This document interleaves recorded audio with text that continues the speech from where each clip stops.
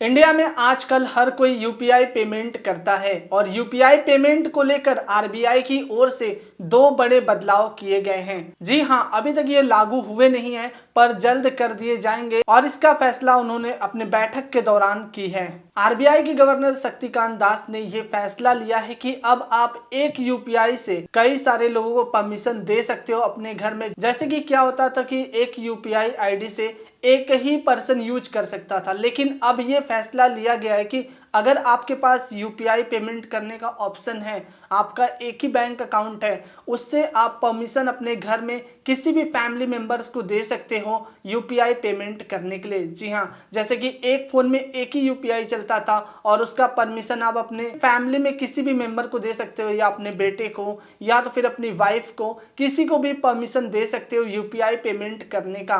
और UPI payment में पहले आप प्राइमरी मेंबर होते थे, अब इसमें सेकेंडरी मेंबर भी आप कर सकते हो। जैसे कि आप एक लिमिट भी रख सकते हो कि कितना तक का ट्रांजैक्शन वो लोग कर सकते हैं। जैसे कि आपके पास अकाउंट में 1 लाख रुपए होते हैं और आप अपने फैमिली मेंबर को परमिशन दे के रखे हो, लेकिन एक लिमिट तक आप उसे परमिशन दिए हो, ये आप खुद ही सेट कर सकते हो कि आप उसे कितने पैसे यूज करने का परमिशन देते हो। तो आरबीआई की ओर से ये एक बड़ा फैसला लिया गया है यूपीआई ट्रांजैक्शन करने वालों के लिए। दूसरा बड़ा अपडेट ये आया है इनकम टैक्स पेमेंट को लेके। जी हाँ, अभी तक हम लोग क्या कि इनकम टैक्स पेमेंट जो कि 1 लाख रुपए तक कर सकते थे, अब इसकी लिमिट भी बढ़ा दी गई है, जो कि अब हम इनकम टैक्स पेमेंट 5 लाख तक कर सकते हैं महीने में। पहले हम लोग 1 लाख तक करते थे और ये बड़ा फैसला आरबीआई के गवर्नर शक्तिकांत दास की ओर से लिया गया है और जल्द ये नियम लागू कर दिए जाएंगे। तो यूपीआई पेमेंट करने वालों के लिए ये दो बड़ी अपडेट आरबीआई की ओर से